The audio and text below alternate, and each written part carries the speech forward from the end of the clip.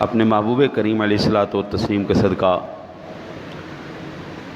اپنے کرم اپنے فضل کا صدقہ محفوظ فرمائے جملہ بلاؤں سے، مصیبتوں سے، آفتوں سے، زمینی آسمانی نفسانی شیطانی تمام قسم کی بلاؤں سے محفوظ فرمائے۔ سامعین ذوی الاحترام والاحتشام، 25 صفر المظفر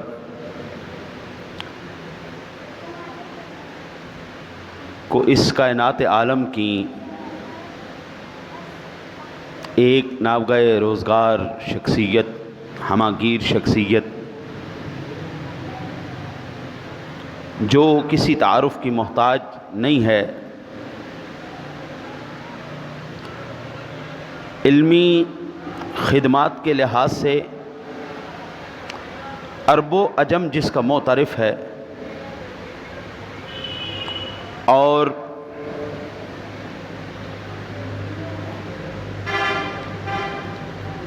آپ کی ہماگیر شخصیت ہر زاویے سے بے نظیر و بے مثال ہے۔ 14ویں صدی ہجری کے عظیم مجدد، مفسر، محدث، مؤرخ، مفتی، فقیہ اور حدیث اور فقہ اسلامی سمیت 50 سے زیادہ قدیم و جدید علوم پر دسترس رکھتے ہوئے فلسفہ، سائنس، ریاضی، جغرافیہ، علم توقیت، علم جفر، علم بلاغت، علم منطق کے موضوعات پر شاندار اور ناقابل تردید دلائل سے مزین تصانیف، جس کا منہ بولتا ثبوت ہیں، جس کو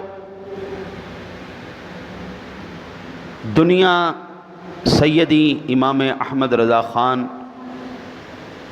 علیہ الرحمۃ الرحمن کے نام سے یاد کرتی ہے۔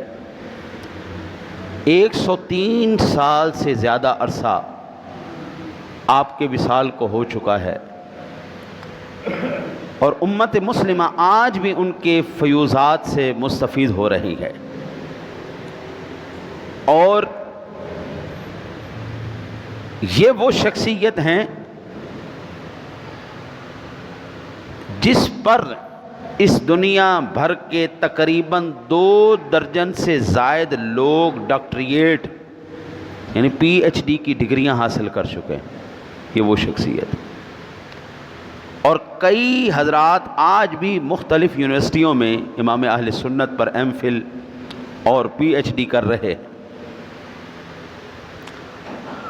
اور امام اہل سنت مجدد دین و ملت شاہ امام احمد رضا خان علیہ رحمۃ الرحمن کے ولادت باسعادت کے بارے میں عرض کروں تو شہر بریلی کے محلہ جسولی میں 10 شوال المکرم سن 1272 ہجری بروز ہفتہ بوقت ظہر بمطابق 14 جون 1856 کو پیدا ہوئے۔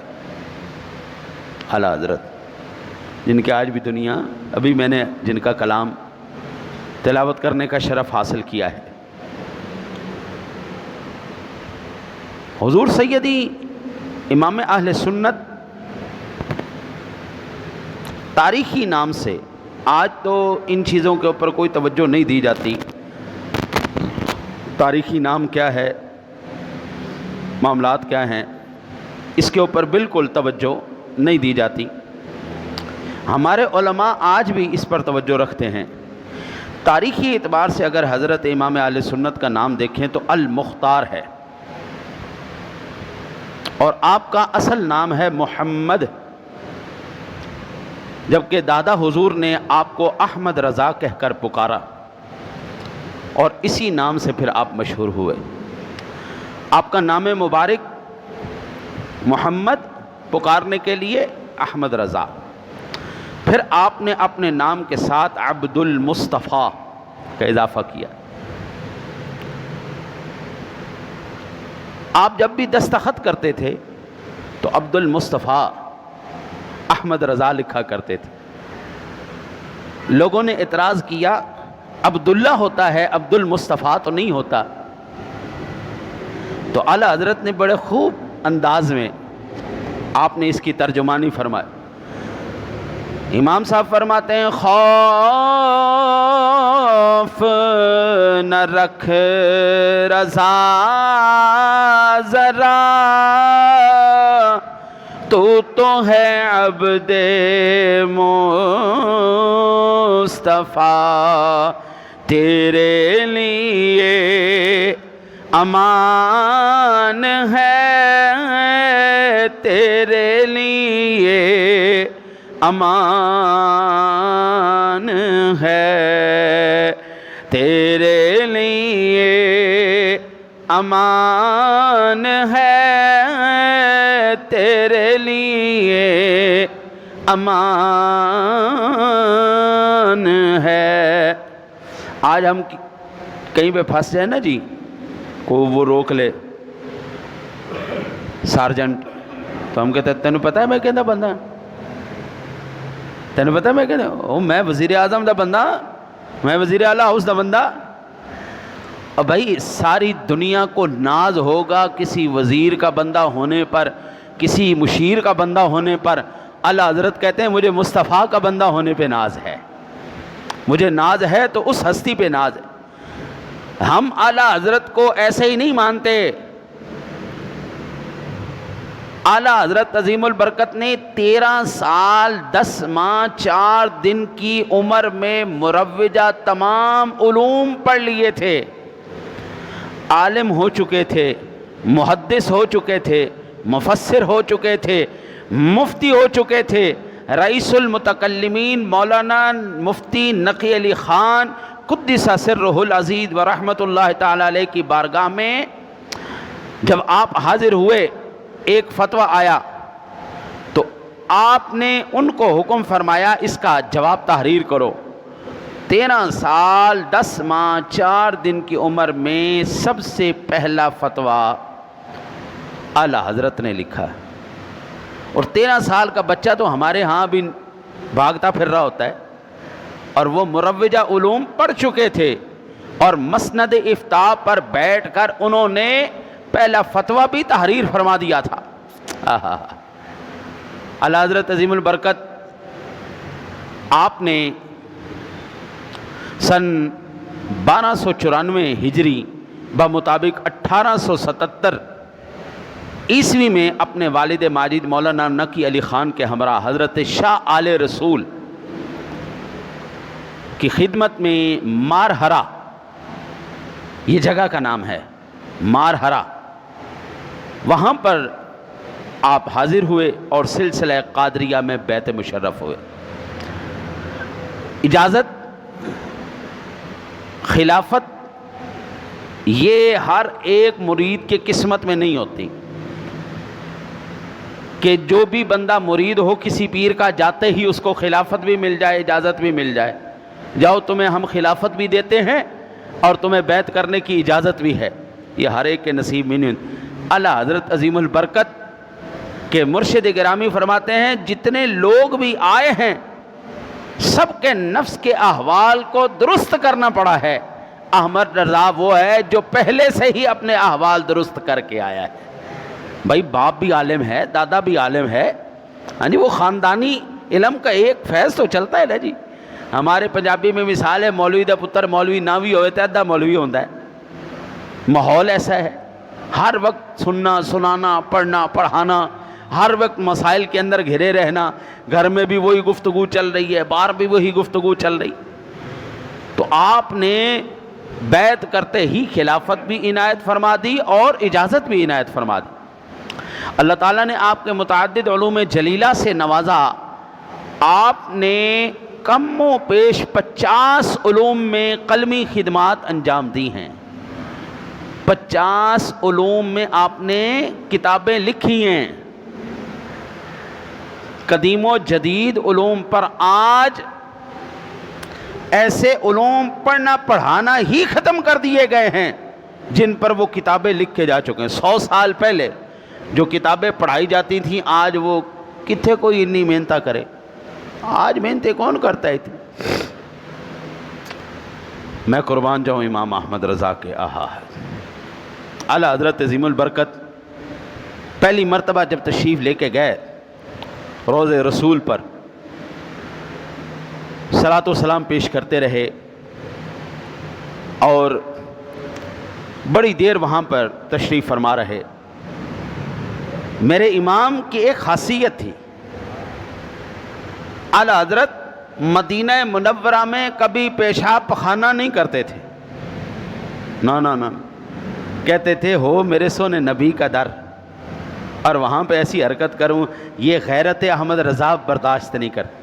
مدینے سے باہر جاتے، باہر وہاں سے حاجت کر کے 3 دن تک وہاں تشریف فرما رہتے، حاجت نہ کرتے.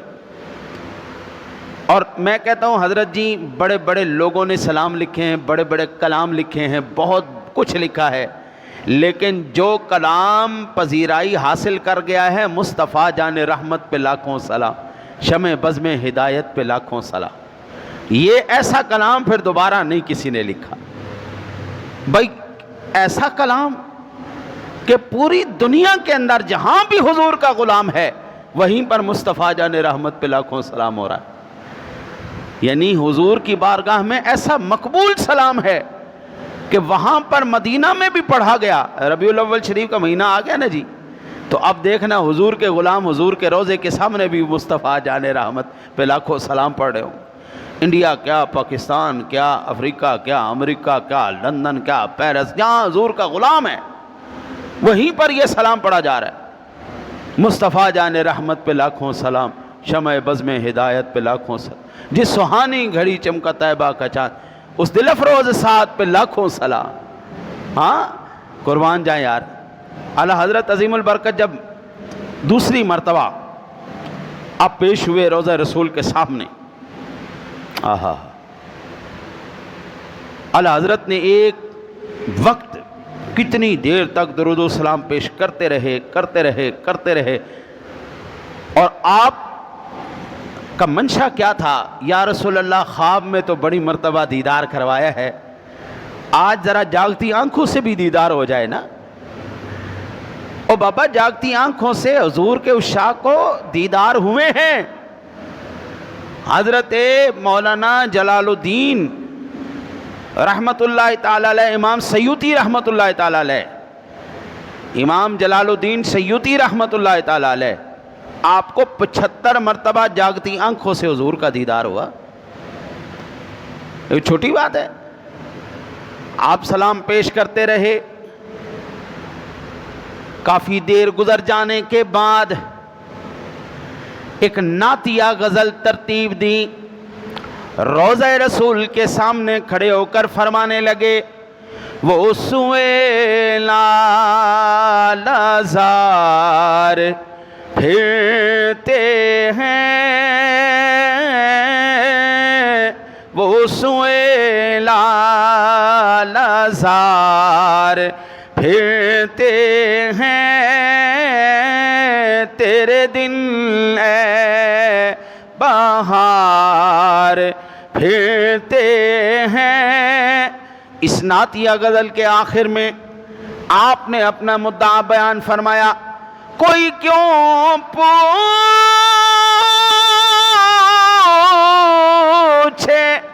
تیری بات رضا، تجھ سے کتے ہزار پھرتے ہیں، تجھ سے کتے ہزار پھرتے ہیں. اپنا بندہ ہو نا جی، اور جب اپنے آپ کو گرا دے، مالکوں کو یہ پسند نہیں آتا.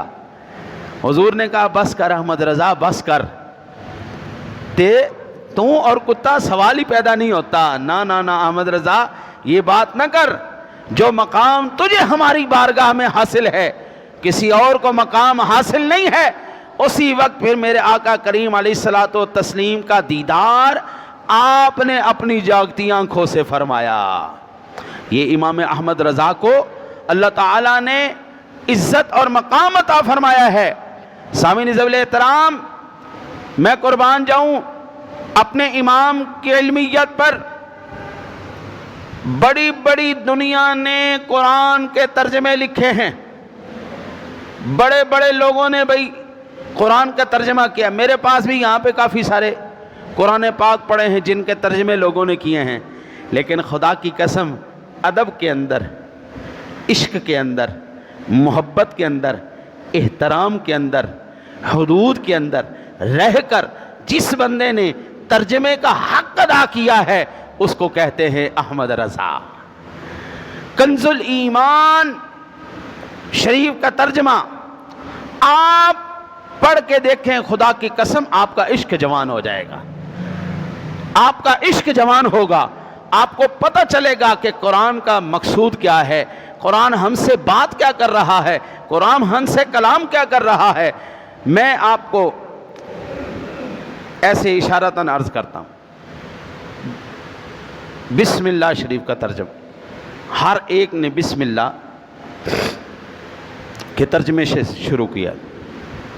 کسی نے لکھا شروع کرتا ہوں اللہ کے نام سے، کسی نے کہا شروع اللہ کے نام سے، کسی نے کہا ابتدا اللہ کے نام سے۔ جس نے بھی کہا اس نے لفظ شروع کو پہلے لایا، ابتدا کو پہلے لایا، اللہ کے نام کو بعد میں رکھا۔ اعلیٰ حضرت عظیم البرکت کا جب ہم کلام اٹھا کے دیکھتے ہیں تو سب سے پہلے آپ نے لکھا اللہ کے نام سے شروع۔ فرماتے ہیں جو مرضی ہو جائے اللہ کی ذات پہلے ہوگی، کلام اللہ کا ہے، نام بھی اللہ کا ہوگا، پہلے سب سے پہلے نام اللہ کا لیا جائے گا، اس کے بعد کوئی اور بات کی جائے گی۔ اللہ کا نام لے، تیرے سینے کے اندر انوار و تجلیات موجزن ہو جائیں۔ جب تیرا سینہ اس کے انوار سے موجزن ہوگا، اگلے مضامین تیرے سامنے کھلتے چلے جائیں گے، ورنہ بابا وہ اندھیرا، وہ اندر کی گھٹن تجھے لے دے بیٹھے گی، نہ عقیدہ پاس رہے گا، نہ ایمان پاس رہے گا۔ مثال کے طور پر اور عرض کروں، سورہ فتح کی ابتدا کے اندر لوگوں نے ترجمہ کہ انا فتحنا لک فتحا مبینا لیغفر لک اللہ ما تقدم من ذنبک وما تأخر۔ یہاں پر لوگوں نے جو ترجمہ کیا اور انہوں نے کہا کہ ہم نے آپ کو فتح مبین سے ہمکنار کیا اور آپ کے اگلے پچھلے تمام گناہوں کو معاف کر دیا۔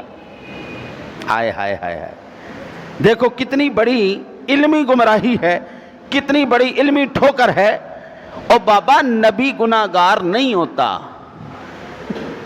نبی سے گناہ سرزد نہیں ہوتے۔ اللہ نے انبیاء کو معصوم پیدا فرمایا ہے، اور معصوم وہ ہوتا ہے جس میں گناہ کی طلب ہی نہ ہو۔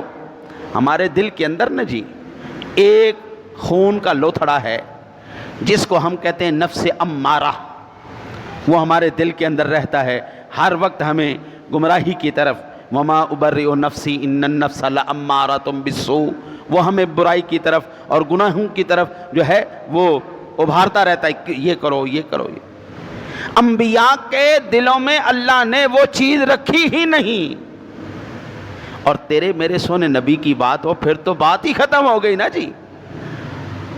ان کے قلب انور کو تو حوض کوثر کے چشموں سے غسل دیا گیا ہے، اور وہاں پہ گناہ کا تصور ہو ہی نہیں سکتا بابا۔ تو ترجمہ کیا کیا میرے امام نے؟ آپ نے فرمایا کہ محبوب ہم نے آپ کے طفیل، آپ کی امت کے اگلے پچھلے گناہوں کو معاف کر دیا۔ ہاں یہ بات ٹھیک ہے، بالکل درست ہے، کیونکہ نبی، میرے نبی خاص کر، میرے نبی خاص کر، ہر نبی شفیع ہے، لیکن میرے نبی امام الانبیاء ہونے کے ساتھ شفاعت کا تاج بھی سر پہ رکھتے ہیں۔ جب تک اذن مصطفیٰ نہیں ہوگا شفاعت کا دروازہ نہیں کھولا جائے گا بھائی۔ حضور کے کرم سے، آپ کی شفاعت سے امت کے جہنمی لوگوں کو جہنم سے آزادی دلوا کر جنت کے پروانے جاری کیے جائیں گے. یہ ہے شفا. جو اپنی شامت ہے تو ہم یہ کہہ سکتے ہیں لِيَغْفِرَ لَكَ اللَّهُ مَا تَقَدَّمَ مِنْ ذَنْبِكَ وَمَا تَأَخَّرَ. تقدم کو دیکھیں, پہلوں کو دیکھیں تو حضور سرور کائنات صلی اللہ علیہ وسلم نے اپنی حیات مقدسہ کے اندر 10 صحابہ کرام علیہ رضوان کو جنت کے پروانے جاری کر دیے, جن کو ہم عشرہ مبشرہ کہتے. حضور نے فرمایا ابو بکر فی الجنہ, عمر فی الجنہ, عثمان فی الجنہ, علی فی الجنہ, طلحہ فی الجنہ, عبد الرحمن فی الجنہ, عبید فی الجنہ, زبیر فی الجنہ. 10 صحابہ کرام علیہ رضوان کے حضور نے نام لے کے فرمایا تم ہی جنتی, تم ہی جنتی, تم ہی جنتی, تم ہی جنتی. آپ اور میں آج اللہ کی رحمت کی امید رکھتے ہوئے یہ کہہ سکتے ہیں کہ وہ اپنے فضل سے ہمیں جنت عطا فرمائے گا. ہاں جی, ہم یہ امید کرتے ہیں کہ مولا جو ہم نے ٹوٹی پھوٹی کمزور سی عبادات کی ہیں ان کو قبول فرما کے اپنے فضل سے, اعمال کی وجہ سے نہیں, عبادات کی وجہ سے نہیں, مولا اپنے فضل سے ہمیں بخشش کا پروانہ بھی دے دے, جنت کا پروانہ بھی عطا فرما دے. ہم یہ امید کرتے ہیں, ہماری امید ہے اس مالک سے. لیکن یقیناً کوئی نہیں کہہ سکتا میں مروں گا تو جنتی مروں گا. وہ اللہ نے بڑے بڑے لوگوں کے آخر میں آ کے ان کا سارا کچھ فنا کر دیا, سب کچھ ختم کر دیا. لاکھوں سال عبادتیں کروانے کے بعد اللہ نے مردود بنا دیا. بھائی اس کا غضب, وہ جہاں پر رحیم و کریم ہے وہیں پر جبار و قہار بھی ہے. اسی لیے ہم امید کرتے ہیں کہ مولا ہمیں دے دے. یہ وہ بارگاہ ہے میرے نبی کی بارگاہ, جس بارگاہ میں حیات کے اندر ہی جنت کے پروانے مل رہے ہیں. حضور نے حیات طیبہ کے اندر فرمایا تو بھی جنتی, تو بھی جنتی, تو بھی جنت. 10 لوگوں کے اعلیٰ حضرت عظیم البرکت کا فتاوی رضویہ شریف جو آپ نے 12 جلدوں کے اندر لکھا, جامع نظامیہ لاہور سے حوالہ جات کی تخریج کے بعد عربی اردو فارسی ترجمے کے اہتمام کے بعد صرف وہ 12 جلدوں کا فتاوی کہاں پر گیا, 30 جلدوں کے اوپر وہ پھیل گیا. اعلیٰ حضرت نے جو لکھا 12 جلدوں پر فتاوی رضویہ شریف, اس کی عربی عبارت کا ترجمہ, فارسی عبارت کا ترجمہ, حوالے لگانے کے بعد جب اس کو ترتیب دیا گیا تو 30 جلدوں پر وہ جناب چھپ کر سامنے آیا. اس وقت ہم یہ کہیں کہ اسلام کا انسائکلوپیڈیا اگر کسی نے دیکھنا ہو تو وہ فتاوی رضویہ شریف. فتاوی رضویہ شریف جو بھی میرے ساتھی, میرے بزرگ پڑھنا جانتے ہیں وہ لازمی جو ہے وہ اس کو پڑھیں. انشاءاللہ تعالی العزیز ایمان بھی تازہ ہوگا, علم بھی اضافہ ہوگا. اعلیٰ حضرت نے کلام لکھا جو ہدایت بخشش کتاب کی صورت میں ہمارے سامنے آیا ہے. بڑے بڑے لوگوں نے کلام لکھا ہے بھائی, بڑے بڑے لوگوں نے کلام لکھا ہے. آج ہم جس وقت نعتیہ کلام سنتے ہیں نا جی, لوگوں کے اندر ادب کے پیمانے نظر نہیں آتے, احترام کے پیمانے نظر نہیں آتے. کہیں پر تو ان کا کلام ٹکرا رہا ہوگا قرآن سے, جیسے کنفرم جنتی ہے, کنفرم جنتی ہے. بھائی تیرے کول کنے ٹکٹ دیتی کنفرم جنتی ہے؟ بھائی تجھے کس نے ٹکٹ دے دی؟ ہاں جی, یہ ڈائریکٹ قرآن سے ٹکرا رہا ہے. اور بھائی جنت اور دوزخ خالصتاً اللہ کی مرضی ہے, وہ اس کی رضا ہے, وہ جس کو چاہے دے, جس کو چاہے نہ دے. آپ کون ہوتے اللہ کے اوپر اپنی مرضی تھوپنے والے؟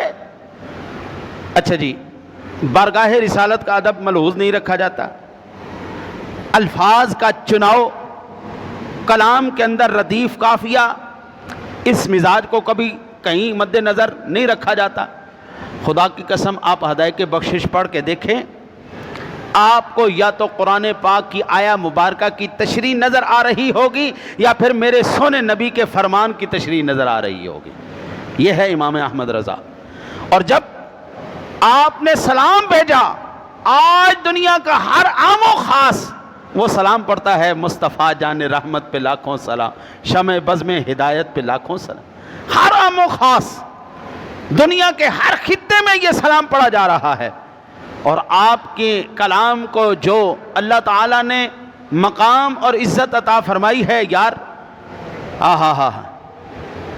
آپ کے کلام کے اندر لکھا ملک سخن کی شاہی تم کو رضا مسلم، جس سمت آ گئے ہو سکے بٹھا دیے ہیں. اعلیٰ حضرت عظیم البرکت نے عرب و عجم کے اندر وہ آپ نے کمال ہمارے سامنے کلام کی صورت میں، آپ کا ایک کلام ابھی دیکھیں، میں آپ کو ابھی جو میں نے کلام پڑھا ہے، کسی بھی شاعر کے بس میں یہ بات نہیں ہے ایک شعر کی 2 لائنوں کے اندر عربی بھی ہو، فارسی بھی ہو، ہندی بھی ہو اور اردو بھی ہو. ابھی تک میرے سامنے ایسا کلام نہیں آیا. شعر ایک ہے، لائنیں 2 ہیں، حصے 4 ہیں، عربی بھی ہے، فارسی بھی ہے، ہندی بھی ہے، اردو بھی ہے. آئیے سنیے. اعلیٰ حضرت فرماتے ہیں لم یاتی نظیرو کا فی نظر مثل تو نشد پیدا جانا، جگراج کو تاج تورے سر سوہے ہے، تجھ کو شہید و سرا جانا. اب لم یاتی نظیرک فی نظر، یہ ہے عربی. مثل تو نشد پیدا جانا، یہ ہے فارسی. جگراج کو تاج تورے سر سوہے، یہ ہے ہندی. ہے تجھ کو شہید و سرا جان، یہ ہے اردو. اب لاؤ ایسا کلام کوئی ماں کا لائے. اعلیٰ حضرت فرماتے ہیں انا فی آتش و سخاکاتم، اے گیسوئے پاک اے ابر کرم، اے گیسوئے پاک اے ابر کرم، برسن ہارے ریم جھم ریم جھم، دو بوند ادھر بھی گرا جانا. لاؤ ماں کا لال ایسا کوئی کلام لائے. یہ ہے عشق کی منازل جو ہر ایک کے نصیب میں نہیں ہے. اللہ اکبر. سامعین ذویل احترام والے سے آپ کا وصال، آپ کی وفات سے 4 ماہ 22 دن پہلے خود آپ نے وصال کی خبر دے کر ایک آیت قرآنی سے سال وفات کا استخراج فرمایا. اور وہ آیت مبارکہ ہے وَيُطَوْفُ عَلَيْهِمْ بِآنِيَةٍ مِّن فِضَّةٍ وَأَكْوَابٍ، ان پر چاندی کے برتنوں اور کوزوں کا دور ہوگا. بھائی موت کا کسی کو نہیں پتا، مرنا کب ہے، اور مرنا ہر کوئی بھی پسند نہیں کرتا. اللہ اکبر. بھائی ہر ایک کو بڑے بڑے آپ کسی بزرگ آدمی کو نا جی آپ اسے کہو بابا مرنا ہی کو خیال کر. میری زیادہ تر یاری نا جی وہ ہے بزرگوں سے، 60 سال 70 سال. جوانوں کے ساتھ میری نہیں بنتی، میری بابوں کے ساتھ بنتی. تو ہمارے ایک دوست ہیں ابھی بھی حیات ہیں، تقریباً ان کی 104 سال تقریباً اب عمر ہو چکی.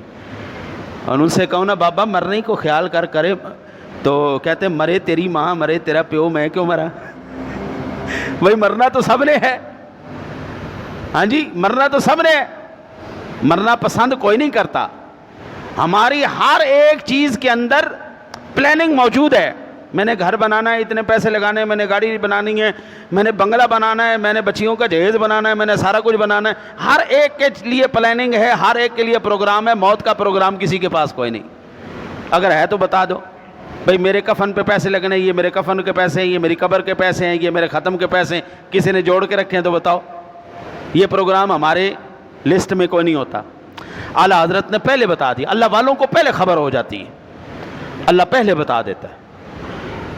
حضرت 25 صفر المظفر سن 1340 بمطابق 1921 کو جمعۃ المبارک کے دن ہندوستان کے وقت کے مطابق 2:37 پر عین اذان جمعہ کے وقت ادھر مؤذن نے حی علی الفلاح کہا، ادھر امام اہل سنت مجدد دین و ملت الشاہ امام احمد رضا خان نے داعی اجل کو لبیک کہا.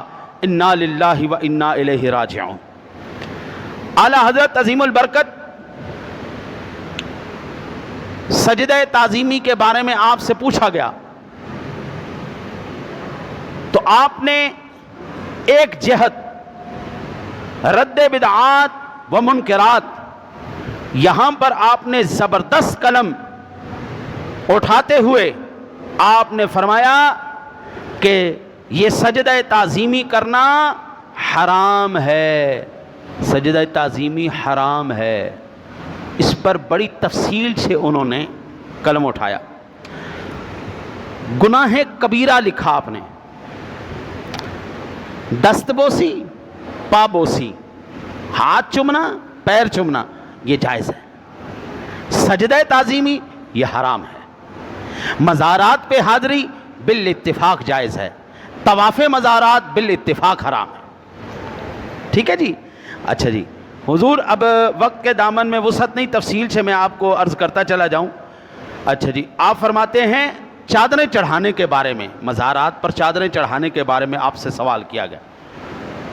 اس پر آپ نے مختلف عنوانوں پر تحریر فرمایا ہے.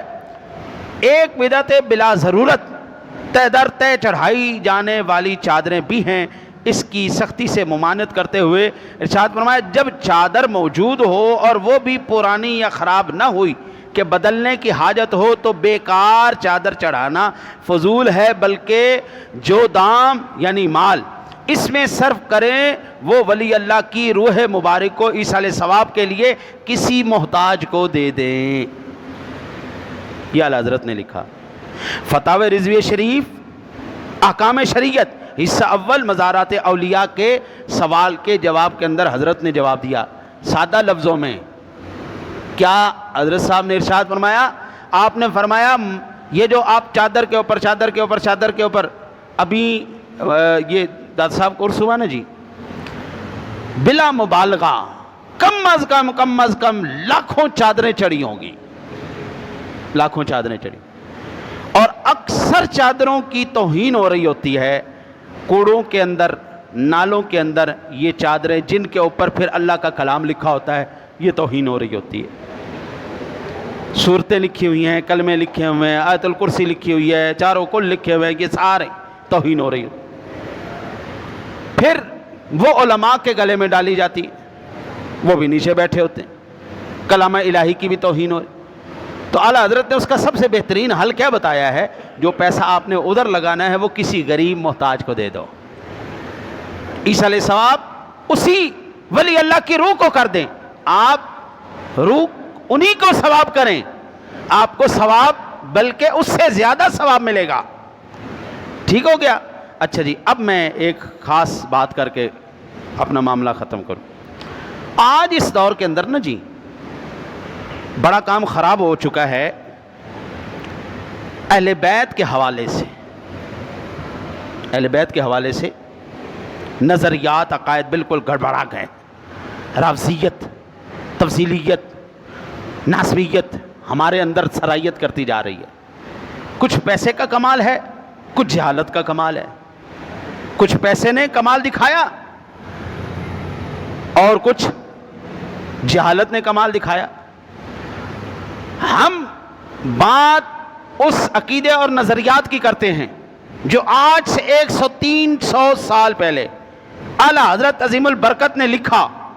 آپ نے علامہ شاہ فضل رسول بدایونی رحمۃ اللہ تعالی علیہ کی کتاب تھی المعتقد المنتقد، اس پر آپ نے حاشیہ لکھا المعتمد المستند. دیکھو جی، جب بھی کبھی بندہ گڑبڑا جائے نا تو اپنے بزرگوں کی طرف رجوع کرے، پہلے علماء کی طرف رجوع کرے، ان کے نظریات کیا تھے، ان کی سوچ کیا تھی، ان کے عقائد کیا تھے، ان کے نظریات کیا تھے، آپ ان کی طرف چلے جائیں، آپ کو معاملہ سارا کھل کے سامنے آ جائے گا. آج بجائے اس کے کہ ہم طوفان بدتمیزی برپا کر دیں اور ایک چیز ہے ہی نہیں کسی کے اندر وہ ہم ثابت کرنے کی کوشش کریں، نہ اس میں اللہ راضی ہوگا نہ اس کے رسول راضی ہوں گے. صحابہ کرام کے بارے میں، اہل بیت کے بارے میں اعلیٰ حضرت کا نظریہ کیا ہے، امام اہل سنت کا؟ آپ فرماتے ہیں، آپ نے صحابہ کرام اور اہل بیت سے محبت کا وجہ بیان کرتے ہوئے فرماتے ہیں لیس حب الصحابۃ لذواتہم. یاد رکھیے، ہم صحابہ کرام سے محبت ان کی ذاتی حیثیت کی وجہ سے نہیں کرتے. لیس حب الصحابۃ لذواتہم، ان کی ذاتوں کی وجہ سے نہیں ہے. ولا حب اہل البیت لانفسہم، اور نہ ہی اہل بیت سے پیار ان کی شخصیت کی وجہ سے، ان کی شخصیت کے پیش نظر کرتے ہیں. پھر حضرت ہم کیا کرتے ہیں؟ بل حبہم جمیعا لوصلتہم برسول اللہ صلی اللہ علیہ وسلم. فرماتے ہیں ہم ان سے محبت اس لیے کرتے ہیں کہ انہیں رسول اللہ صلی اللہ علیہ وسلم کے ساتھ نسبت حاصل ہے. او بابا، خاندان ایک ہو، قبیلہ ایک ہو، نسل ایک ہو، گھر ایک ہو، میرے نبی کا وفادار نہیں تو ہم کہتے ہیں تبت یدا ابی لہب و تب. پڑھتے ہو کہ نہیں پڑھتے؟ اس میں کیا دعائیں دی جا رہی ہیں؟ ابو لہب کون تھا؟ خاندان ایک، قبیلہ ایک، گھر ایک، نسل ایک، نسبت میرے نبی سے نہیں ہے، جا جہنم میں دفع ہو. ابو جہل، گھر ایک، قبیلہ ایک، خاندان ایک، علاقہ ایک، ہر شے مماثلت کرتی، لیکن نسبت میرے نبی سے نہیں ہے، جا دفع ہو. تم کون تھے، ایسی کون ہے جی؟ تو اعلیٰ حضرت نے بڑا خوبصورت انداز میں آپ نے فرمایا لیس حب الصحابۃ لذواتہم ولا حب اہل البیت لانفسہم بل حبہم جمیعا لوصلتہم برسول اللہ صلی اللہ علیہ وسلم. پھر مزید فرمایا فمن احب رسول اللہ صلی اللہ علیہ وسلم وحب ان یحبہم جمیعا ومن ابغض بعضہم ثبت انہ لا یحب رسول اللہ صلی اللہ علیہ وسلم. یعنی جو رسول اللہ صلی اللہ علیہ وسلم سے محبت کرتا ہے اس پر لازم ہے کہ وہ آپ کی نسبت سے تمام صحابہ اور اہل بیت علیہم رضوان کے ساتھ محبت کرے. کسی ایک شخص سے بھی بغض رکھے تو ثابت ہوگا کہ اسے رسول اللہ صلی اللہ علیہ وسلم سے سچا پیار ہے. یار خدا کی قسم ہے، اللہ کی قسم ہے، افضل البشر بعد الانبیاء بالتحقیق، ساری انسانیت کے اندر اگر حضور کے غلاموں میں ہم سیر فہرست دیکھیں تو پہلا نام یار صدیق اکبر کا آتا ہے. حضور کے غلاموں میں پہلا نام یار، وہ ذات جس نے گھر میں سامان تو ایک طرف رہا، جسم کے کپڑے بھی اتار کر حضور کی بارگاہ میں پیش کر دیا، اور جس وقت وہ کپڑے اتار کر بارگاہ رسالت میں پیش کیے، میرے کملی والے نے کیا قربان جائیں، ہر ایک سے یہ سوال کیا کتنا مال لے کے آئے ہو، کتنا لے کے آئے ہو. کسی نے کہا میں 25% لایا ہوں، کسی نے کہا 50% لایا ہوں. حضور نے صدیق سے یہ سوال نہیں کیا کتنا لے کے آئے ہو، آپ نے پوچھا گھر کیا چھوڑ کے آئے ہو، اور قربان جائیں جواب آیا اللہ اور اس کا رسول چھوڑ کے آیا ہوں. یہ عقیدہ اہل سنت کا آج وہ عقیدہ ہے جو صدیق اکبر کا عقیدہ ہے. حضور کے سامنے بیٹھ کر یہ بات کہنا گھر اللہ اور اس کے رسول چھوڑ کے آیا ہوں، یہ اہل سنت کا عقیدہ ہے. ہم تو حضور کے غلام صدیق اکبر پر بھی قربان جائیں، عثمان غنی پر بھی، عمر فاروق اعظم پر بھی اور شیر خدا پر بھی ہماری جانیں قربان ہے۔ اور بابا حضور کے ساتھ اگر گدھے کو نسبت ہو جائے تو ہم اس کو دراز گوش کہتے ہیں، ہم اس کا بھی احترام کرتے ہیں۔ اونٹنی کو نسبت ہو جائے ہم اس کا احترام کرتے ہیں۔ جس خطے زمین کو ہو جائے ہم اس کا احترام کرتے ہیں۔ اور کیوں نہ کریں، قرآن کہتا ہے لا اقسم بہذا البلد وانت حل بہذا البلد ووالد وما ولد۔ محبوب ہمیں ان گلیوں کی قسم ہے جن گلیوں میں تو چلتا پھرتا ہے۔ آپ نے سنا ہے وہاں پر ریاض الجنہ ہے، ریاض الجنہ میرے نبی کے مسجد میں ایک خطہ زمین ہے، وہ ریاض الجنہ کہلاتا ہے۔ ریاض الجنہ کا مطلب ہے جنت کی کیاری، جنت کا باغ، جنت کا ٹکڑا۔ وہ جنت کا ٹکڑا کیوں ہو گیا؟ کیونکہ اس خطے زمین کو بار بار حضور کے قدم مبارک کے بوسے لینے کا شرف حاصل ہوا۔ حضور گھر سے ممبر، گھر سے ممبر، ممبر سے گھر، بار بار وہاں جلوہ گر ہوئے ہیں۔ آہا، ہم حضور کے یار نسبت کی تو کیا بات ہے، آپ کے حسن حسین کی کیا بات ہے، آپ کی شہزادی کی کیا، چاروں شہزادیوں کی کیا بات ہے، حضور کے صاحبزادوں کی کیا بات ہے، حضور کے اہل بیت تو سبحان اللہ وراء الورا ہے۔ ہم تو آپ کے نالین کی بھی عزت کرتے ہیں۔ ہم تو یہ کہتے ہیں اہل سنت کا بابا کے توحلیہ عقیدہ اور نظریہ ہے، جو بندہ میرے نبی کے نالین کی بھی توہین کرے گا وہ بے ایمان اور کافر ہے۔ اس لیے ہم کہتے ہیں جو سر پہ رکھنے کو مل جائے نال پاک حضور تو پھر کہیں گے کہ ہاں تاجدار ہم بھی ہیں۔ اللہ سے دعا ہے اللہ آپ کو مجھے سچی محبت رسول نصیب فرمائے۔